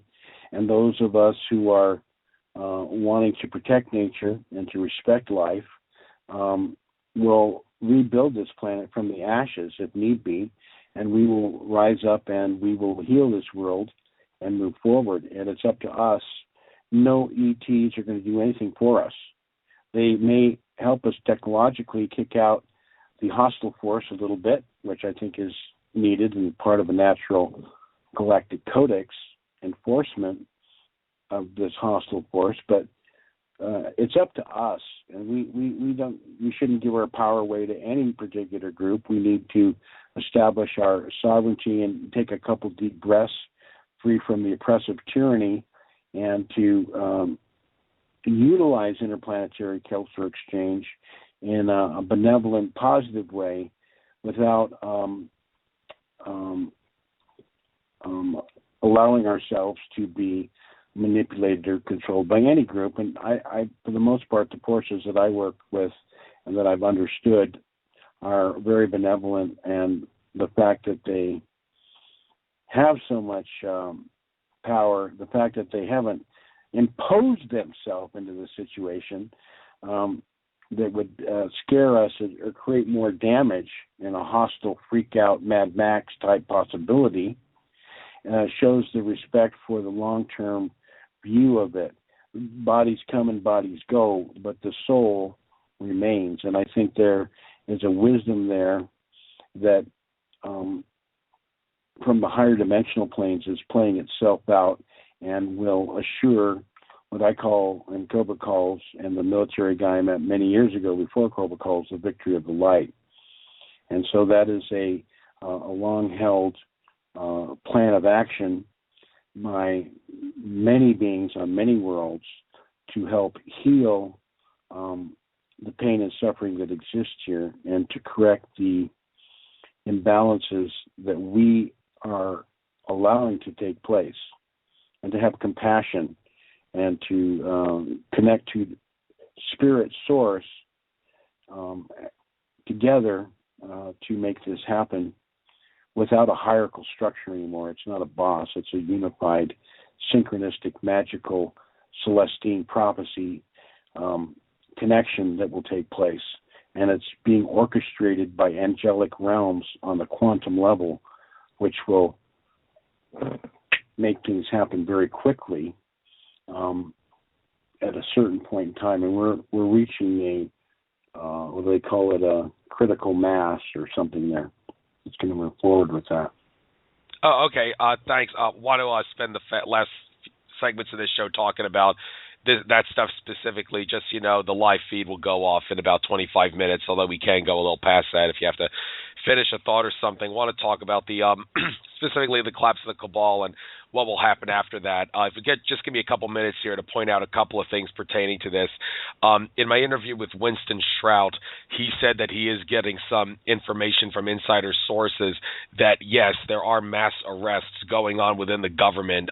People thought that, like Drake Kent Bailey and Benjamin Fulford, when those guys were talking about how there's going to be mass arrests, everybody thought those guys are just wannabe white horses. It's all bullcrap. There ain't no mass arrests. Well, Winston Shrout says, no, it is going on. It's going on behind the scenes, and there is extraterrestrial involvement. Yes, I actually get weekly emails from Sheldon Neidl, who's the contactee of the Benevolent Galactic Federation of Light, talking about how there are mass arrests behind the scenes, and there is plans for a global currency reset, and also that World Bank whistleblower Karen Hughes said there's going to be a global currency reset to get us to gold-backed currency, and then over the course of maybe a decade or so, we'll be able to get out of money entirely. Now, that's the collapse of the Cabal part. The problem, however, a lot of people are going to be skeptical of this idea that we're going to be ascending into higher consciousness in the near future. A lot of people are giving the date 2017, but when people hear that, they're saying, oh, no, we've been down this road before. I mean, people like Andromeda Council contactee Tolek and Alex Collier, too, and like Ian Zell Lungold and David Icke and Greg Braden back in the 90s, they were all talking about how in around 2012, 2014, there's going to be major consciousness shift and all. We're all going to be like like crystalline body people, and well, that didn't happen because we were never on that timeline. So people are naturally going to be very skeptical and even pessimistic that all this stuff about 2017 being higher consciousness, ascension, and all that is coming true. But anyway, now that I've gotten that out of the way, I guess you could spend the final 20 minutes or so specifically talking about how you expect the collapse of the Cabal to come out, how the future ascension will happen, and if you can maybe prove to us that, no, this is going to be different. All those other people that were wrong, it's not going to be like that this time. We will have higher consciousness in the near future. So you got like 20 minutes to talk all about that stuff. Okay, thank you. First of all, I love Winston Shrout, and I'd like to mention, if I could, I do have a couple promotions here, the promiserevealed.com, and I have worked on prepareforchange.net, which has a lot of that information that people can look at that. I've authored a lot of the content in the main sections there based on some information from Cobra as well. But I love Winston Shrout. We're doing a webinar on March 21st on my website. You'll be able to go to events and click on that. You can go to Winston Shrout's website called Solutions in Commerce. Might be the best place to go. Winston Shrout, like S.H. Trout, and then Solutions in Commerce. Google that, you'll find him. And that's going to be $20. You can ask me questions, folks, from around the world. It's only $20. I personally can use it. I'm not one of the big money boys, that's for sure. But one of the things I'll say in regards to all these aspects, there was intended a series of revelations to take place, and it's been a very complex situation. Time isn't really that set on higher dimensional planes. It works in a different way. There are beings who could come here from higher worlds and come down here and spend, leave their alien body in a spaceship and come down here in a holographically projected human body and live here for, 80 years, and they go back to their world and they've only been gone for 8 months. So a lot of our ideas of time and how that works is maybe not quite understood and probably it's definitely confusing to me. But I know that there's intentions and certain things are supposed to take place within certain time frames, and they're trying to do it as safely as possible. That their plans have changed and shifted. So that's what brought me out of the closet, was all these people talking, in 2012, you're going to be floating in a cloud with a golden harp and with your twin flame cruising the universe in the space bubble. And I was like, that doesn't work that way. Olmec made it very clear. Their civilization on Venus went from physical to astral. It took a much longer period of time. A long period of time, the civilization gradually grew and refined itself. They had a similar situation there on Venus, and they called it the beginning. We call it the event. And the beginning was as they infiltrated the government system. They got they actually got their good guy in there who was pretending to be a bad guy, became the president of the whole planet, and said, reinforcing a well-timed thing, and said everyone's leaving the cities. We're abandoning this structure of finance and control and manipulation, and we're going native. And they went out into the natural forces, and they all became self-sufficient. Small groups grew organically, and every home became their own scientist, they created their own systems, and everyone became trained in, so the civilization collapses the way it's compartmentalized. Normally, we would fall apart. So they all grew in their knowledge and teachings and organized themselves, and eventually they achieved a higher vibration, and the physical plane energy kind of became dormant, and they now the higher evolution of Venus exists on the astral plane. It's a subtle frequency. Now there is also life on the physical plane interior, as where Valiant Thor and those people come from, and there's some civilizations on the surface called the City of Rats, and there's also interdimensional places where they can interact with each other. That's kind of technology is actually out there too. So understanding time and all that stuff and not judging the time thing is hard to do it. And again, we're dealing with humans making projections in time. I'll never make a time prediction because I know it's foolish. Not my time, not your time, but the right time. No angel man or space being knows the hour when this thing's going to happen. And I clearly will say that I feel it's going to be a gradual process. It may speed up in certain signposts. When we reverse gears, there is a certain point where we start going the other direction. And when that takes place, that will be open interplanetary cultural exchange, release of free energy, release of suppressive technologies, an end to Monsanto, and an end to vaccinations, an end to fluorides, an end to chemtrails, an end to hostile agendas of manipulation of food, a rebuilding and a renaissance of our world into a new culture of prosperity and abundance. When you have free energy, things don't cost anything. There will be no taxes. Everyone will be food, shelter, and clothed by the state. Everyone, oh my God, socialism. Well, money is actually manipulated, and you're in a fear of lack and prosperity. We can, if we work harmoniously, provide food, shelter, and clothing for everyone, and that will be the only, quote, work there is. And we will get our systems down so tight and so good, you'll have to work 3 hours a day. And you'll work in the water system plant. You'll start at the beginning where it sucks the water from the ocean. You'll learn on the tubes, and everyone will maintain we'll build stuff to last 1,000 years, and we'll maintain it like really, really well. Well, we don't want to work. We don't want to build in obsolescence. We won't cut corners. There will be no graft in the contracts. It'll be a unified, joyful expression of our service to each other, and that will come from within. So the primary change in the shift to bring down of the Cabal is a within internal process of a spiritual ascension of our moral character into a higher element of relationship to ourselves and others through that. But the outer, as we're told, the situation, which makes sense to me, is that we have a very high technology, a very orchestrated oligarchy of criminals taking place. I just interviewed Kevin Arnett in the Catholic Church expose. That was nuts, what they're doing there, and that's really heavy duty. But we have a financial system. We all play into the system. We are part of it's literally a Satanist system that divides and conquers us and allows us to cannibalize each other and keep us at a permanent parasitic state of paralyzation, of fear, superstition, and ignorance. How do we overcome this? Well, overcoming the technology is very difficult. That's why we have divine intervention, these spiritual forces who are removing the 800-pound gorilla that's wreaking havoc on the surface population.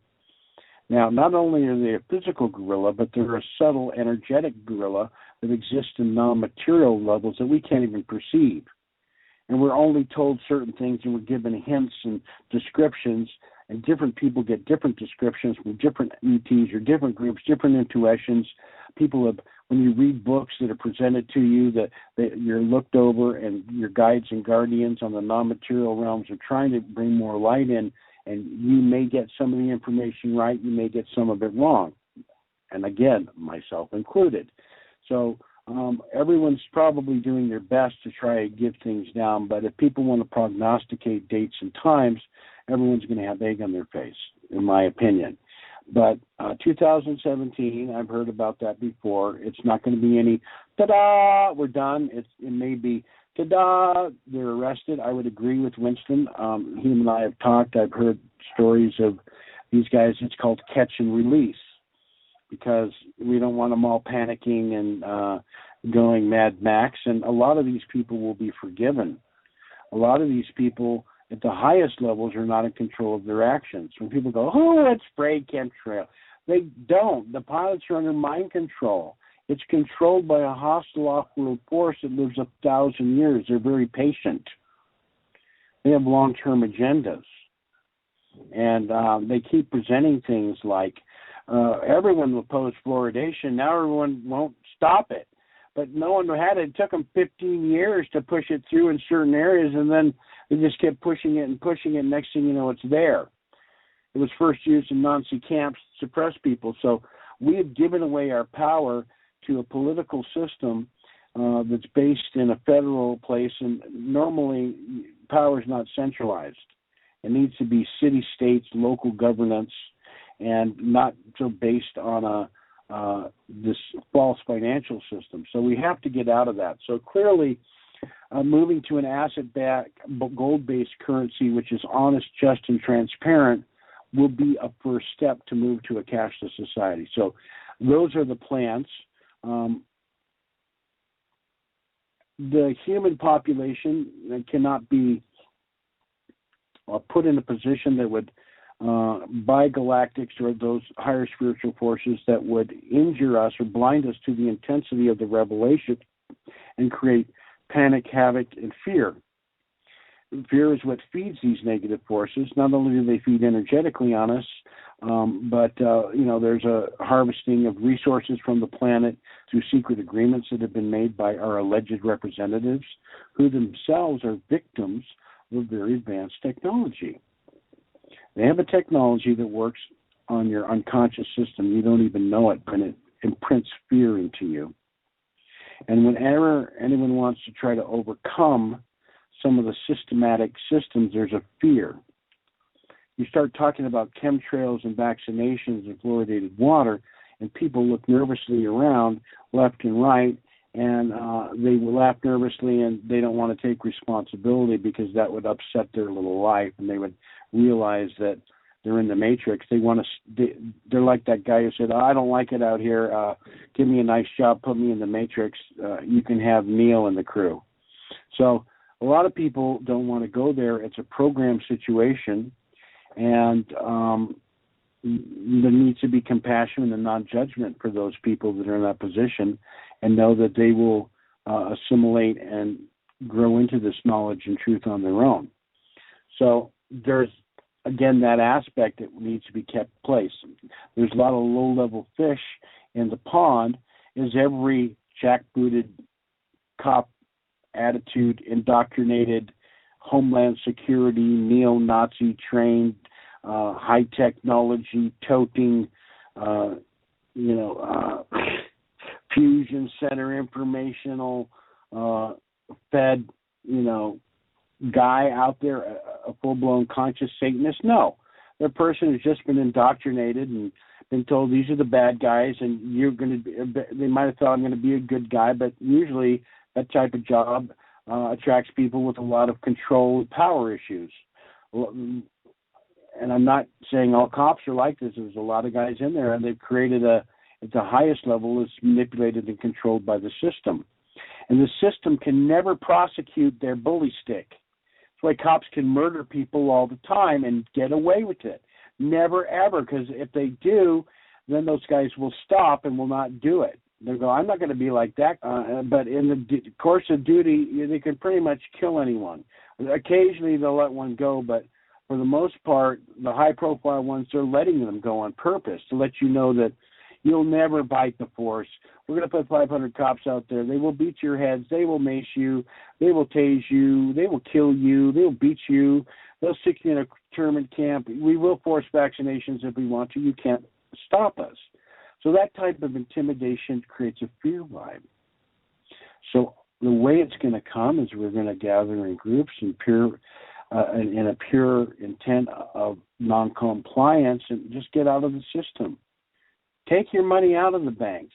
Stop working for Monsanto. Have the balls to make a decision and allow Spirit to provide an alternative. Step forward in faith. These are the things that are going to turn it around. There is a plan I've heard from Cobra, and it makes sense to me, is to shut down the world banks all at once. Now, I know people involved in the, quote, financial reset through valuations taking place, but it hasn't been implemented. There's aspects of it, and from what I'm told, there are lots of greedy bankers who have been used to stealing money as business as usual who don't want to system up. Because you give them $100 and they create $900 that they can invest in hedge funds that goes to the Cabal. They can never touch it, but they can live on the dividends. So banks are big behemoths that are basically stealing money in a Ponzi scheme and ripping off the wealth of the public, and it sucked it dry, and it's just it has to eat itself now. It's based on lies and corruption, greed, avarice, attachment, all of the deadly sins, and humanity has been led down this path, and we need to go, let me turn off my television, get in nature, and think about it for a second. Your house is going, get out of nature, get back home, and getting the car and suffer and get stressed and oppression and DMV fees. You got to buy this. My razor blades are like $30. How can you afford it? You can't. So it's designed that way, and we have to recognize it and stop playing the game.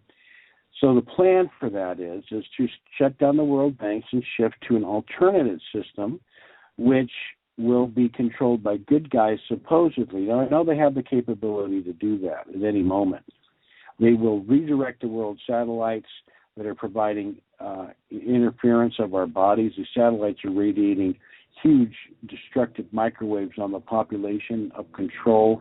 That's why they need the chemtrails so bad. It reinforces that electronic fence and attenuates the human body in this fear state. So, number one, that cannot be underestimated, that control matrix. Now, are we victims? Yes. Do we play victims? No. Are we responsible still? Yes. Yes. I'm not saying, the psycho wave, I've been vaccinated, I'm eating bad foods, and I just can't help myself. You're still responsible. It's unconscionable that it's being done, but we're responsible, and we have to take our control of our thoughts through an adherence and an iron will of truth and moral character. And our society has been fractured. The family is blowing apart like a nuclear bomb. People are involved in a virtual world now with a mind control, electronic entertainment trainment system that is just a scrambling human dignity, and it's an individual calling that must be initiated from within. So that's how the Cabal, I think, ultimately will come down. But on the outer mechanization, no one knows. Cobra doesn't know. The ETs don't know. It's a fluid model. There's holographic insertions in multiple timelines of energetic aspects of spaceship and benevolent extraterrestrials manipulating life streams on the material and non-material realms that will assure a victory of love and the return of a spiritual truth to this planet. And the sooner we attune to that, the better. That's very esoteric and out there. It's not factual, but that thing. I believe there are arrests taking place. I think it's catch and release, not to panic them. I think that they're going to have to use a certain element of greed within humanity in the beginning until it can be inculcated and everyone gets the feeling we're all taken care of, we're working together. Once the bad guys go down and false food shortages and food's not rotting in silos and wars aren't being manipulated and paid for by HSBC, the Vatican, the church is taken down, all the lies, the cannibalist, Satanist, blood-drinking, mind control implants are healed from those people on earth who have gotten into those positions, either willingly, unconsciously, or by force, through abductions or through various things. They push a button and all of a sudden Obama can be, his eyes go wide and he'll say whatever has been programmed in the system. They have no free will on the highest levels. They're very unconscionable beings, and some of them are actually incarnated hostile beings who their souls have been implanted, and they've been doing this for a long, long time. And even those beings need to be healed. So how that's going to take place is beyond me. I'm praying that it takes place. I'm hoping that it takes place. And I have enough experience that I want to share confidence and give people hope that this is in process now. I mean, could the good guys lose and the planet get exploded? Maybe. But guess what? We'll just do it again. Our souls will go through the process, and we are in the constant state of growth and learning, and we have free will to choose what we're going to experience. and we can take the power of our decision seriously and always choose the path of the higher course, or we can take various gradations of that, and we're all responsible on an autopilot to self-correct our thoughts and our actions and our deeds and our words and how we treat each other towards a more loving space would be my goal. Now, there are three things that are supposed to signify what I call the in gear. We put it. We're going one direction. The 2012 represented the sunrise, the spark of the sun. The earth is now beginning to warm. Human consciousness is changing. Various dimensionals are putting rays of vibration on the inner planes, allowing people's meditations and dreams to become more. Certain aspects are being taken place against the physical aspects of the scalar field networks and the control system.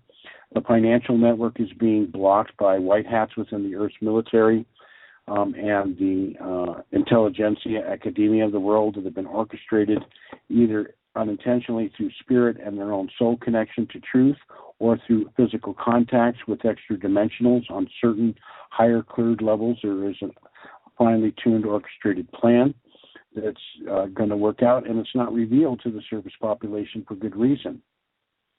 You don't want any mental speculation and stuff there. There's hints to it, and different groups get different things, and they see how people react, and can they reveal the whole truth? Heck yes, that's what they want. They can't, because the negative forces would literally explode the planet. They like to do that. And so it's a delicate game with military testing on both sides of the coin of who can do what, who can get away with what, and how much is happening. But there definitely seems to be more benevolent truth coming out with an awakened population to support benevolent, white hat, well-intentioned people in positions of responsibility who take their oaths of office and their police duties responsibly. I think there is a tremendous pressure to toe a blue line. There's always corruption in every police department with drugs. The higher police departments, there's always an NSA guy. Every major city has an NSA cop. That the entire police force, the mayor, the governor. When this guy says, "Oh, you arrested a thing," that's not going to fly, and the police chief lets it go, and 2,000 pounds of methamphetamine manufactured by the NSA or CIA in Tijuana will come across to America, and if it gets caught, it will continue its journey to where it needs to go. The heroin will continue to flow. The cocaine will continue to flow. The child trafficking, they rounded up 1,000 people in Europe about a month and a half ago or longer, and they didn't get the big guys. The guy who spoke out against the Holland prime minister, who's involved in pedophilia, just like Bill Clinton and Prince Andrew were involved with this guy who's been arrested for kind of like a child trafficking sex thing. The ties are there. It's being revealed, but the big arrest, those guys aren't going down. The prime minister he was a senator or whatever it is, a representative in the Belgian parliament. I forget his name. You can listen to my interview with Kevin Arnett on my radio page on thepromiserevealed.com. He was demoted, defunded, defrocked, disenfranchised, kicked out of his office through electronic voting, and now he's facing 2 years in prison for libel. And there's evidence that upholds this stuff. So we're facing a very powerful beast and system, and the people that are involved have names and addresses, and they need to be arrested compassionately. Some people just want to string them up and shoot them, and that is not what the benevolent forces would do. They would, if they had the opportunity, these beings would be sequestered and healed. And that's what an arrest process should be, instead of a torture chamber prison. A lot of these concepts and things we'll be sharing with Alex Collier, James Gilliland, myself, Scott Limrill, Ted Mars, and of course Omnick and her partner Anya Schaefer at my Mount Shasta conference, the 19th to the 23rd. Andrew, I'd like to invite you to come if you'd like. And if people are interested in coming, that's on my website under events. There's a banner. You can click on it. We have parking passes and other things there as well. Or you can rent your own place and come. We have it for 5 days and 2 3-day options.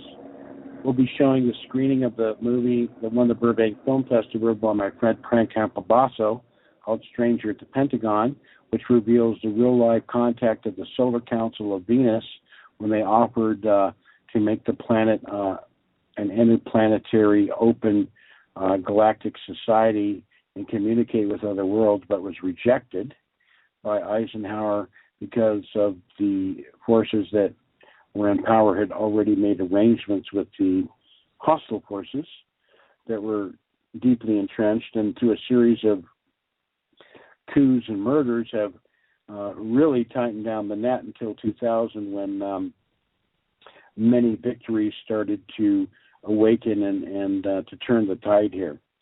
So the event we're looking for is unknown how it will take place. No one can foresee what 6.5 million souls would do if the entire financial system is shut down in one swoop. I know there are people with involved boots on the ground, white knights, who think it's just going to happen a little bit at a time and certain things are going to take place and it's going to be a slow step-by-step neutering of the system. So who knows if Cobra's right, if it'll all happen at once, and if all of a sudden we can make announcements. I know at some point the ETs will take over every communication network. There will be no hostile aggressive force. They will show up en masse after preparing us that they may do so with announcements first, possibly, to not feel fear. And I believe that Cobra is somewhat correct that will coincide with the removal of the highest elements of this hostile network and their technology, which exists on the non-material realms, which is influencing us to a certain extent. And again, I must reiterate, no one's saving us. We will move into our own truth. We will retake this planet and remake and restore the natural ecosystems, utilizing an abundant technology and positive things moving forward. I don't know how much time I have left. If you have any comments or questions specifically, I'd be happy to wrap it up with a few more. I'm not sure our timing, but... No, that's cool. I guess we might as well bring this show to an end. I just want to quickly point out, because I don't think it was ever mentioned, you do have products for sale on your website that are all related to the work you do, like orgone and pyramids and stuff. So if anybody wants to research that on your own, go ahead. I don't want to turn my show into a sales pitch, but hey, I have no doubt that your the stuff you sell is definitely worth buying. So I just wanted to point that out. And since the show is coming to an end, is coming to an end now officially, I guess I'll tell you the same thing I tell all of my guests. Robert, one of my goals with this radio show is to get as many different people on my show as possible before I give any one specific guest double dips. And while you are indeed a fascinating individual, and I have no doubt that I could do additional shows with you, the fact is, I regret to say, I probably will not be asking you to come on my show again, but that's only because I need to give thousands of other fascinating individuals a chance to have some glory on my radio show, and I'll be contacting a lot of them soon because my list of guests ends on May 22nd. Definitely need to get some new guests on. But hey, if you ever want to contact me to do like a 1-hour special or something like that, if you find something new to worth talking about, then by all means I can definitely do something like that for you. But hey, I want to keep getting different guests on, so I hope you respect my decision. There's a lot of fascinating people out there. So with that being said, I guess I'll bid you good day, and I do hope the sooner the Cabal collapses and the sooner we ascend, the better. No question about that. Amen. Thank you so much, Andrew. And I will be putting, will you have a link for this? If you could send that to me, people I can refer them. I have a place of interviews where I'll put your picture and a link to this show. Will that be possible? Yeah, that's fine. I don't actually have a picture of myself anywhere, but just I guess put the show banner up. Yeah. I will actually be uploading this show to YouTube, so that'll be in a couple of days. So I'll send you the link to the Blog Talk archive, and I guess I'll also send you a link to the YouTube archive so you can send out both of them to the people you want to see this. Yeah, I'll just share it on my website for the guests. Thank you so much again. And if we're still on, victory is the light, you all. God bless you. And maybe we'll see you in Shasta or on the webinar, or keep in touch. And God bless you, Andrew, and thank you for your work. Thank you for your work too, Robert. Take care. All right. Bye. Later. So, folks, next week I will be having Lynn Keitel on my show. She is best known for the work she's done in regards to the Phoenix Lights that appeared over the American Southwest in 1997. We'll be talking about that and UFOs in general. She was at the MUFON Symposium conference that I was at not that long ago in Cherry Hill. So, folks, that is the end. Without further ado, namaste. This is Andrew Fisher signing off from Nature of Reality Radio. Enjoy the rest of your trek throughout consciousness.